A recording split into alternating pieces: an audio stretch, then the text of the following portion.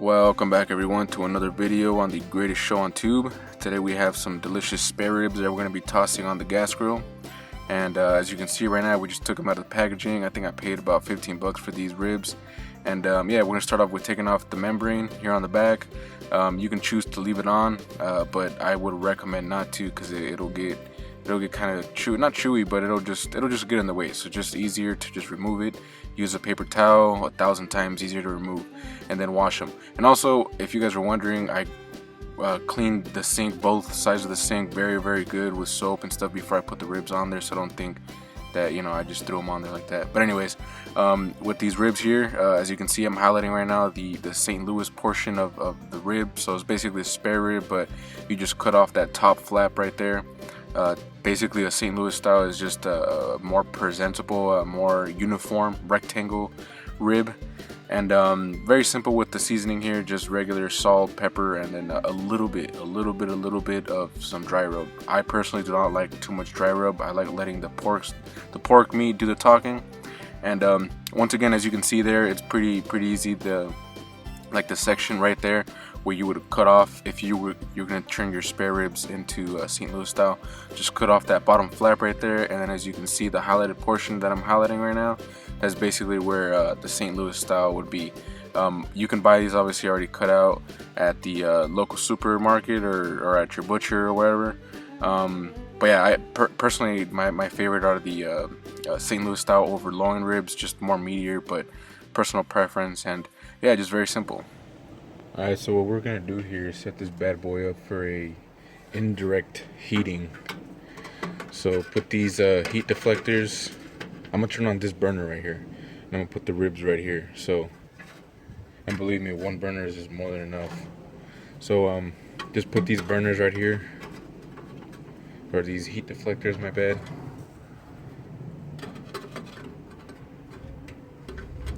Right, so the heat's gonna come out from here, and then from here, and it's gonna create kind of vacuum. And then back there's these like openings. I'm gonna cover them up so the heat can come out from this side.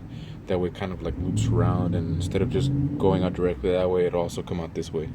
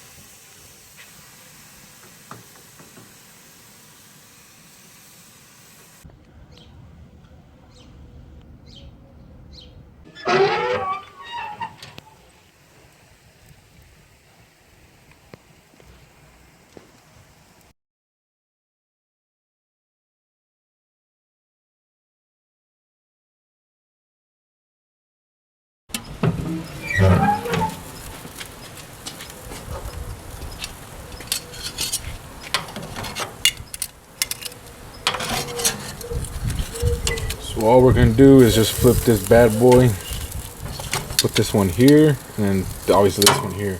But since this part was on this side, we want this part to be on this side. So all you're doing is just completely flipping them around. Let's get this right.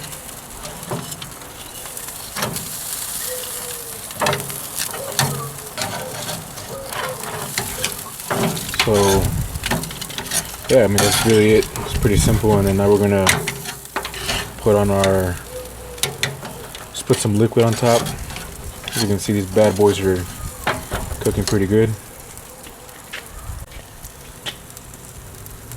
So once again, all this is just some apple cider vinegar and some oil. You can use a spray, it makes it easier than this, but I don't have a spray. I'm gonna have to get one. So it's been about 2 hours now, and I'm gonna go 1 more hour on this, and then every 15 minutes I'm gonna keep wetting them. So yeah. So as you can see here, this it's working pretty good. I mean, the main flow is gonna be coming out through there, with a little bit coming out of there, but I mean that's no worries. The heat's coming out through here and then looping in a way. Still having some leakage there, but the main part is that we want it to come out through here. So these bad boys are ready to go in the aluminum foil now, and that's what we're gonna do. But so as you can see, we have the bones starting to show more, some pullback action going on, and yeah, we just gotta put these in aluminum foil for about 2 hours, an hour, 30 minutes. Depends how they'll be cooking, but yeah, let's get to it. But first, we gotta set up our aluminum foil here. Try to get these longer ones, preferably. Oh, before that, getting ahead of myself here. I like to put a little bit of some brown sugar.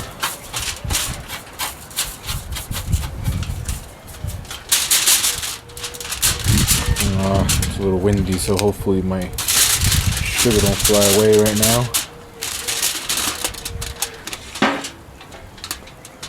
And last but not least, some barbecue sauce. Just add a little bit. You want the flavor to start kind of getting in there, but if it wasn't winter right now, this would be a lot easier.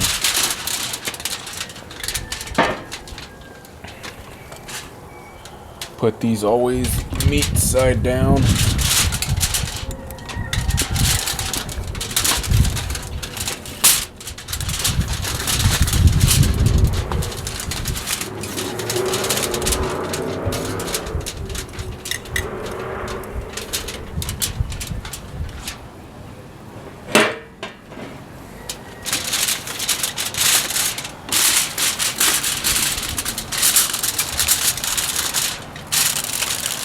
Try to make sure it's also as tight as you can possibly get it. You don't want any of the vapors getting out. Be careful as well with your bones. It might cut through the aluminum foil.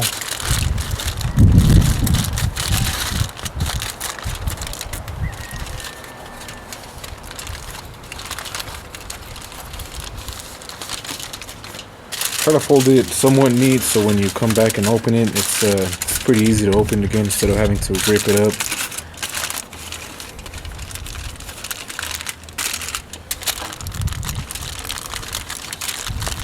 And that's pretty much it here.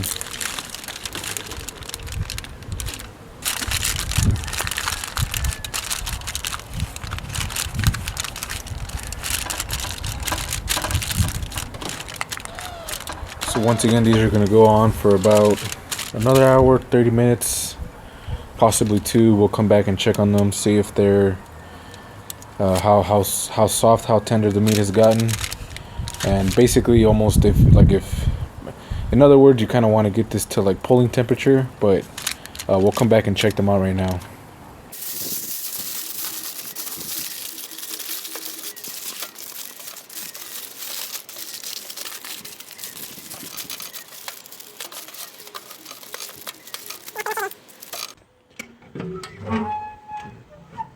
This is about an hour in.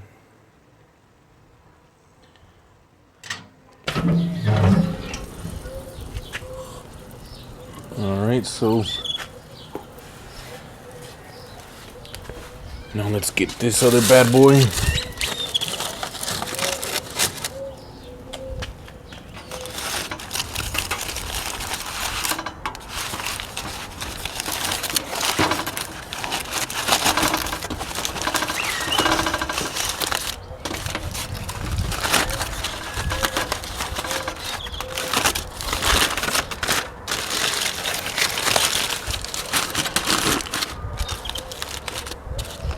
Once again, the reason why I say to fold this cleanly. Look how easy it is to open. Sometimes people will just crumble it up here, and once you go back to open it, you sometimes have to rip it up.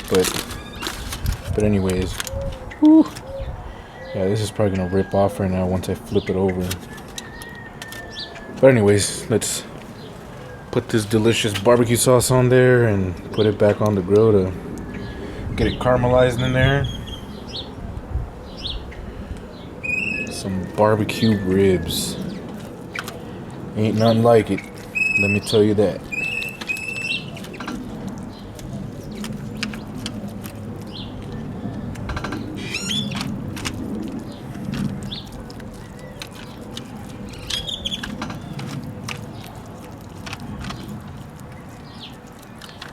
I'm afraid that once I flip this over, it's gonna just rip off from right here. I'm losing structural integrity on these ribs.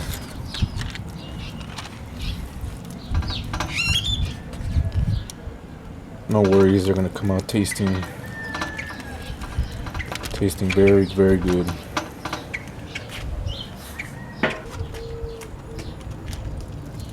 Oh no, just like I said. Plus I kind of bented it.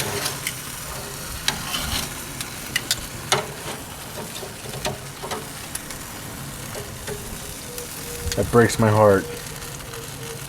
I will admit, it breaks my heart. You gotta come out perfect.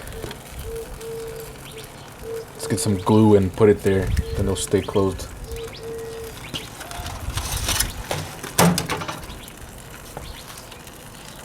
Ready for the glue? Here's the glue. Here's the glue. Bam.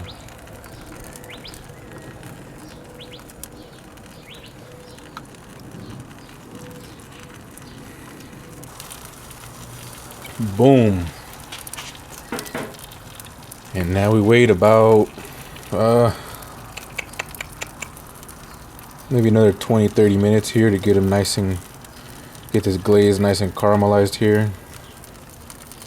Oh man, I can't wait to try them. Anyways, stay tuned. These bad boys are done. We're gonna put them now in aluminum foil back in there and take them inside the house. So let's get to it.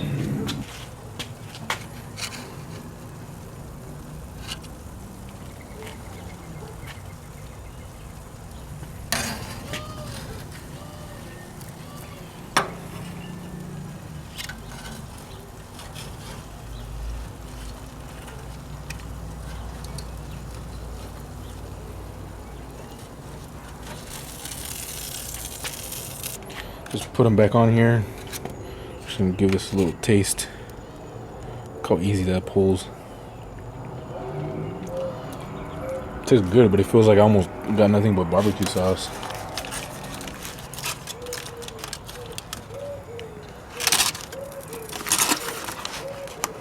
Ah.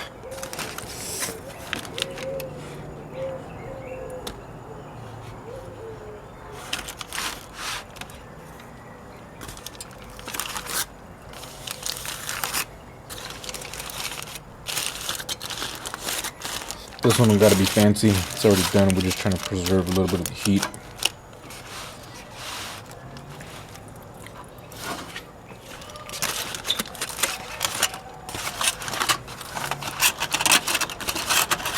I guess we can put it on top.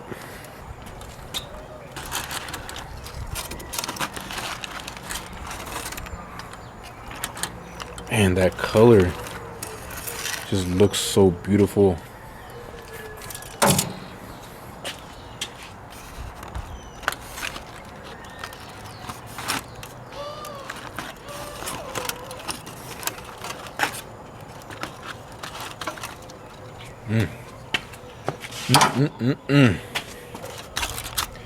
Now to seal them up again.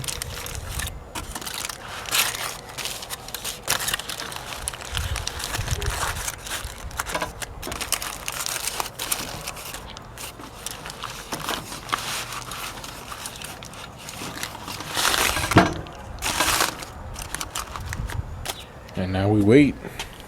10 minutes. Don't forget 10 minutes. So in the end, we ended up waiting about almost 30 minutes to take them out of the foil.